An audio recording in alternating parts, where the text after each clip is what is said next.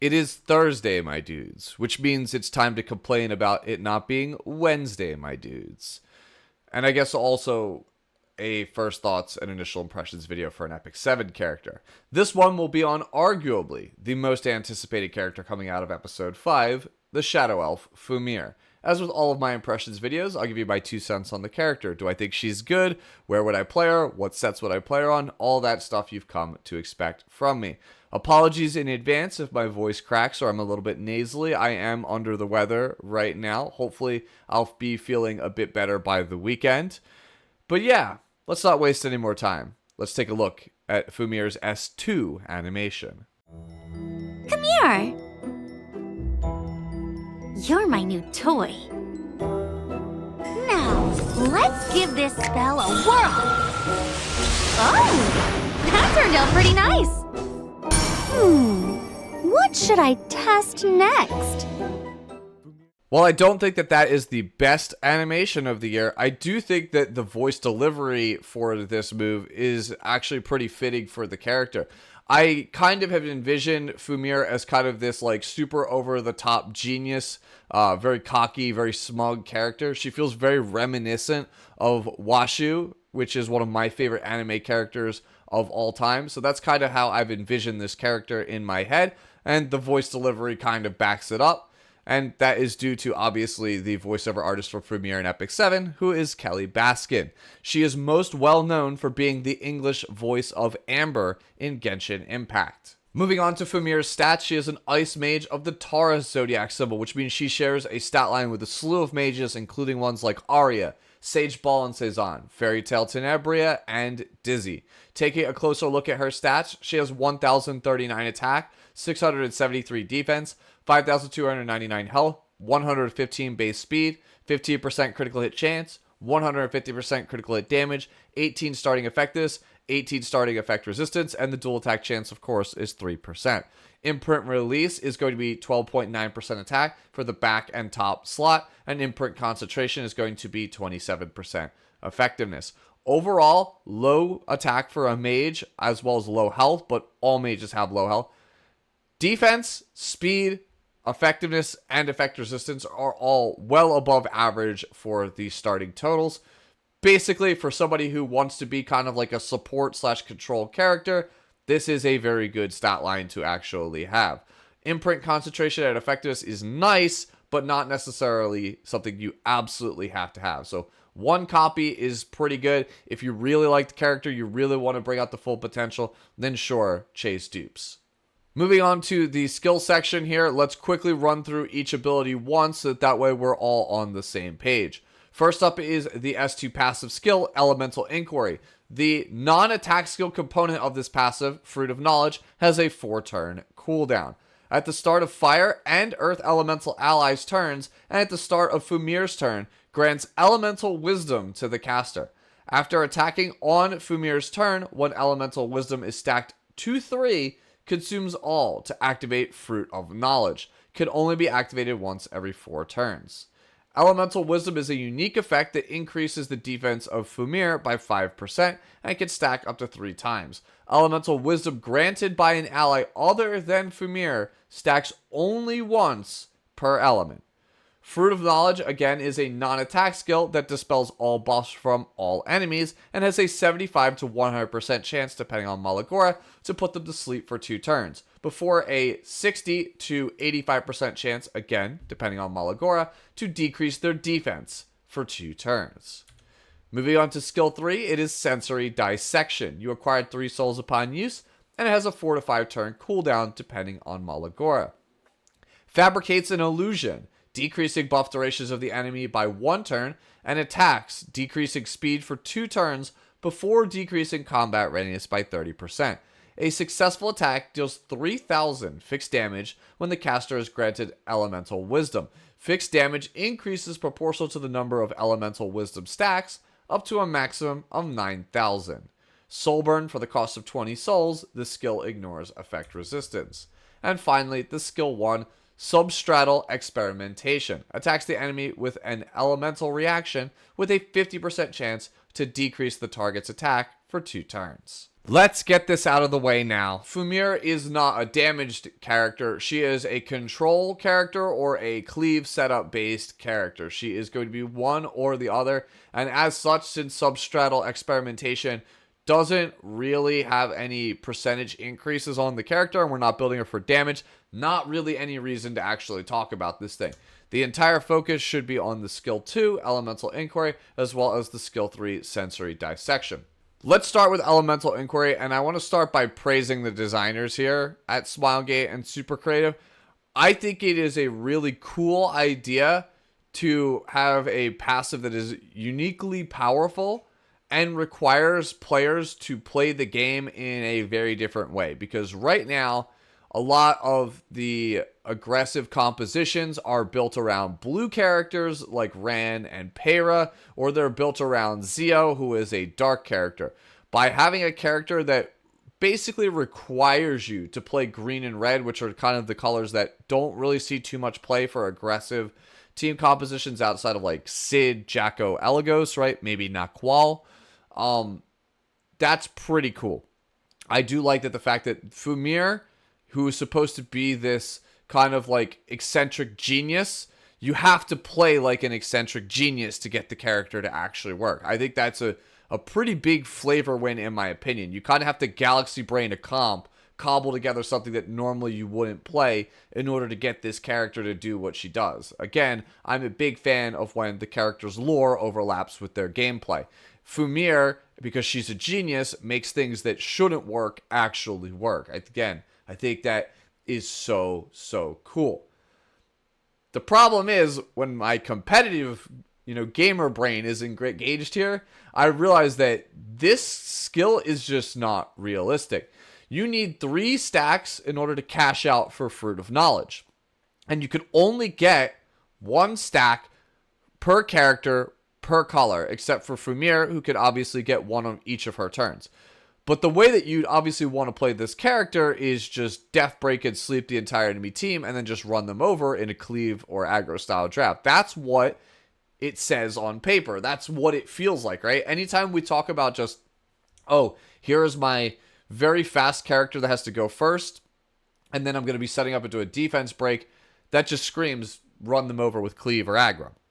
That's kind of what you want to do with Fruit of Knowledge. Just have 2 setup characters first and foremost, and then kind of win from there. So whether that's like Naqual to kind of just like strip them and bind them, then you use like Midnight Gala Lilius to pop their tank, then Fumyr will take a turn, and then Fruit of Knowledge will trigger, and then you'll get the defense break, and then whoever your anchor cleanup character is can just take over, or you have Lilius wrap around and just kind of pick up and clean up the fight from there. So that's kind of how in my head it's supposed to work. The problem is, I don't think any good player in Epic 7, at least in World Arena, is going to ever let that happen. Because if I see Fumyr, and I see red, and I see green, I'm either going to ban the Fumyr, or I'm going to ban the green character and leave you with just the red, or ban the red character and leave you with just the green. And then Fumyr doesn't really have too much value on her first turn. You have to kind of cycle back around for a second turn to actually do what the character is trying to do. And in my head, this character is meant to be played in a faster, aggressive team comp that is trying to wrap the game up in a hurry. So having a character that doesn't really do anything super crazy on her first turn, and I have to wait till the second turn to get the payoff, that doesn't really bode well. And the only way for you to really guarantee that is to draft 2 red characters, 2 green characters, and Fumyr. And if I see double red, double green Fumyr, I'm probably just banning the Fumyr. Unless, like, the other stuff is just, like, something I can't win, in which case, then it's kind of my bad on the draft front. So I think this character is just going to be potentially way too difficult to actually use. I think that it might have been a little bit better to make, like, Elemental Wisdom stack to 5 to cash out, and then give you 1 stack at the beginning of each turn based on the number of different colors in your team. I think that would have been an interesting way to go about it. Because that way it kind of reinforces that uniqueness that we talked about in team composition, where you have to have different colors in order to make it actually work.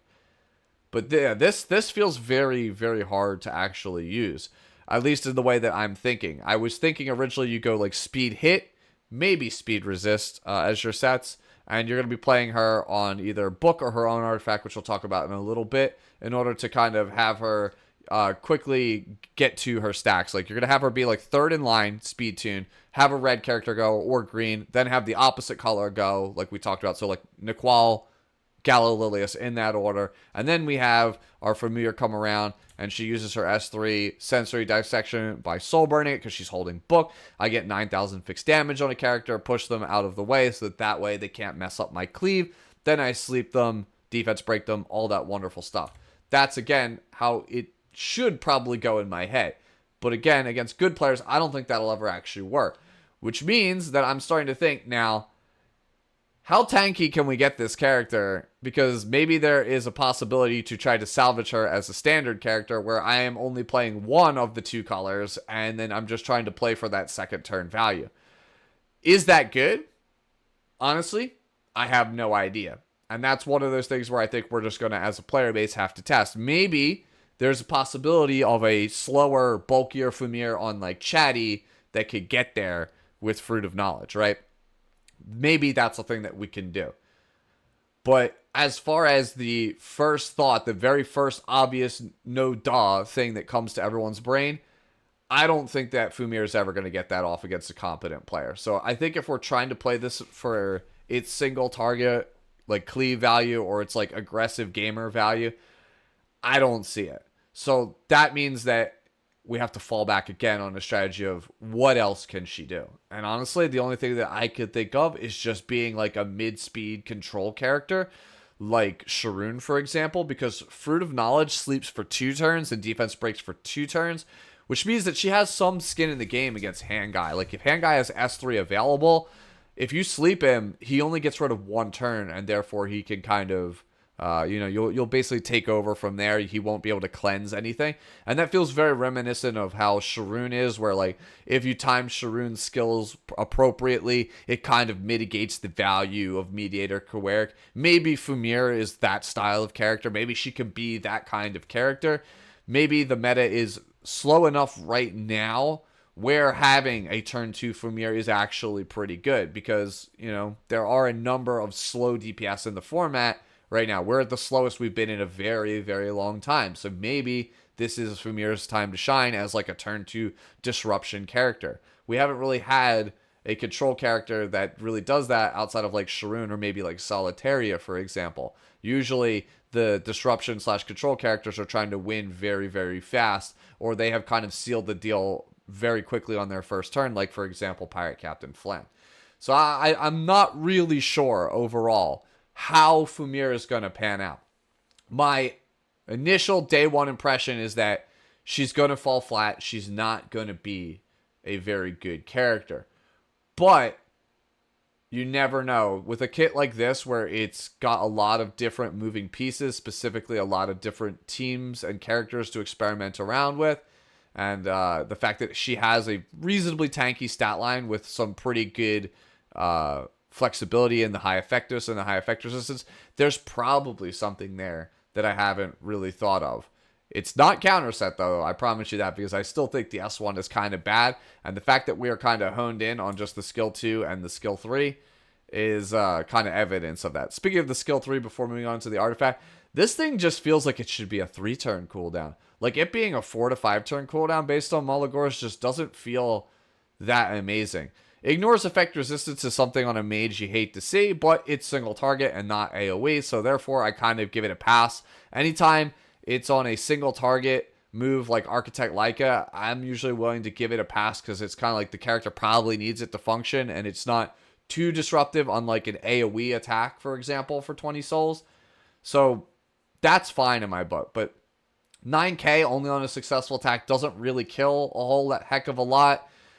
Decreasing speed and a 30% CR pushback is nice, but it's not like actually insane. I just think when we're in a world where like ROL can have such an insane move on 3-turn cooldown, or like even Hand Guy has such a nuts S2 on a 3-turn cooldown, I don't really see the problem with this thing being 3 to 4 turns. I think at 4 to 5, it's just going to really show you how terrible Fumyr's off turns actually are, because you're going to have 3 turns with that S1 that does basically nothing. I really think Sensory Dissection should have actually been 3 to 4 turn cooldown, depending on Malagora. And if you want to knock her on souls, make it like a 2 soul thing, then sure, whatever. I just think that this thing should probably have not been this long of a cooldown, because this is the standard length cooldown that you see for some of the game's most absurd S3s, and I think we could all agree Sensory Dissection is fine, but it's nothing like super game breaking. Moving on to Fumyr's artifact here, it is going to be Umbral Keystones. Increases the effectiveness of all allies by 10% at the end of every 2 ally turns, except for the caster. Increases the combat radius of the caster by 10 to 20% based on artifact level. Can only be activated once every 2 turns. This artifact skill effect can only apply to one hero within a team. Is Umbral Keystones the play on Fumyr? Maybe. Book might be better. If you go for a slower one, there might be something there with like maybe even like Chatty or Etika's like we talked about. If you're trying to cleave with her, if you're trying to live the dream, then yeah, I think Umbral Keystone's pretty good. That said, this artifact screams really good for cleave and aggro players. If you are a dedicated cleaver or a dedicated aggro player, I think Umbral Keystones is a great pickup for you, because you're most likely only going to be playing Book, but having the ability to have your mage cut when you already are pretty stacked on books is very, very powerful. I could see a lot of cleave or aggressive strategies kind of getting there with characters that they normally might not be able to because of Umbral Keystones. I don't really know too many off the top of my head because I'm not really a cleaver, but I could imagine somebody going like maybe Edda with this thing on, and then just guaranteeing that they get the push even through something like, say, Abyssal Euphine, who's got the CR push reduction. Just having so many extra ways to CR push the character might actually get you there. That's something that could happen. I just think that there are a lot of mages, aggressive mages, that can really benefit from having a built-in 20% CR push, for sure. You have to give up Book for it, and that's something that's not exactly the greatest. I feel like for a lot of people, a lot of aggressive players really don't ever want to give up Book. But if ever there was an artifact for a kind of like win in one turn strategy that could replace Book, I think this is it. Taking the turn, taking the initiative is paramount for those kinds of strategies, and this is an artifact that enables it. So, those are my thoughts on Fumyr and her artifact. If you think I missed anything, as always, let me know down in the comments below. Are you going to be pulling for this character? Because I know, even though I'm not super high on her, big Washu vibes again. I love characters of this kind of trope, this kind of archetype. So I will definitely be pulling for her, even if she's not that good. Unlike Abyssal Euphine, maybe this one, I can fix her. Maybe you all can fix her. That is the genuine hope. Anyways, I will have coming up at some point very soon a selector video for the Moonlight 5 stars that we're going to be getting sometime later this month, so please look forward to that. And as always, enjoy the rest of your day, the rest of your week, and I'll catch you all on the next one. Bye-bye now.